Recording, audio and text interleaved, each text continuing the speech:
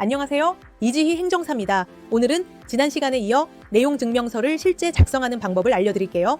특히 임대차 분쟁에서 내용증명의 활용 범위는 꽤 넓습니다. 계약 연장 여부 통보, 계약 종료 및 퇴거 요구, 보증금 반환 요청, 임대료 연체에 대한 납부 독촉까지 다양한 상황에서 쓰이고 있죠. 먼저 형식 요건으로는 A4 용지 기준으로 한글이나 한자로 명료하게 작성해야 합니다. 법제처 유권 해석에 따르면 내용 문서 원본과 등본에 반드시 수신인 주소를 기재해야 합니다. 논리적 구성은 이렇게 하세요. 실제 발송했던 샘플입니다. 첫째, 문서의 제목을 명확히 적으셔야 합니다. 이런 식으로 내용증명서라고 문서 맨 위에 분명하게 표시하세요. 둘째, 당사자 정보를 정확하게 기재해야 합니다. 발신인과 수신인의 성명과 주소를 빠짐없이 적어야 하는데요. 특히 수신인의 주소는 우편법 시행규칙에 따라 원본과 등본에 반드시 포함돼야 하므로 신중히 확인하세요. 셋째, 사실관계는 육하원칙에 따라 구체적으로 작성하세요. 언제, 어디서, 누가, 무엇을, 어떻게, 왜 그 행동이나 사건이 발생했는지를 명확히 기술하는 것이 중요합니다. 넷째, 법적 근거를 명시하는 것도 꼭 해야 합니다. 관련된 법령이나 계약 조항을 구체적으로 적음으로써 문서의 신뢰성과 법적 무게를 높이게 됩니다. 다섯째, 요구사항을 구체적으로 명시하세요. 이행해야 할 내용과 그 기한을 정확하게 밝히는 것이 분쟁 예방의 필수입니다.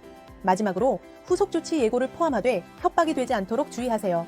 만약 요구사항이 이행되지 않을 경우 어떤 법적 조치를 취할 것인지 예고하는 문구를 넣으시면 됩니다.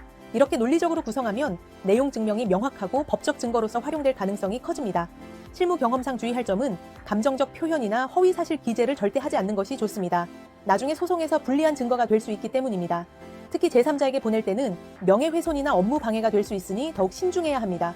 발송할 때는 우편법 시행규칙 제418조에 따라 원본 1부, 등본 2부 총 3부를 준비하시면 됩니다.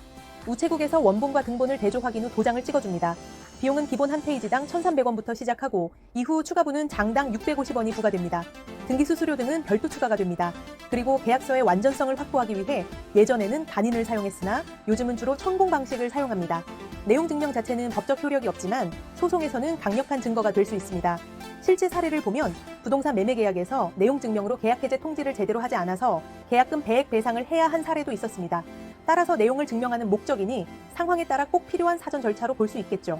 부동산 분쟁이 급증하는 요즘 정확한 내용 증명으로 여러분의 권리를 미리 보호하세요. 복잡한 사안이라면 행정관계법령 전문가인 행정사를 통해 작성하는 것이 좋습니다.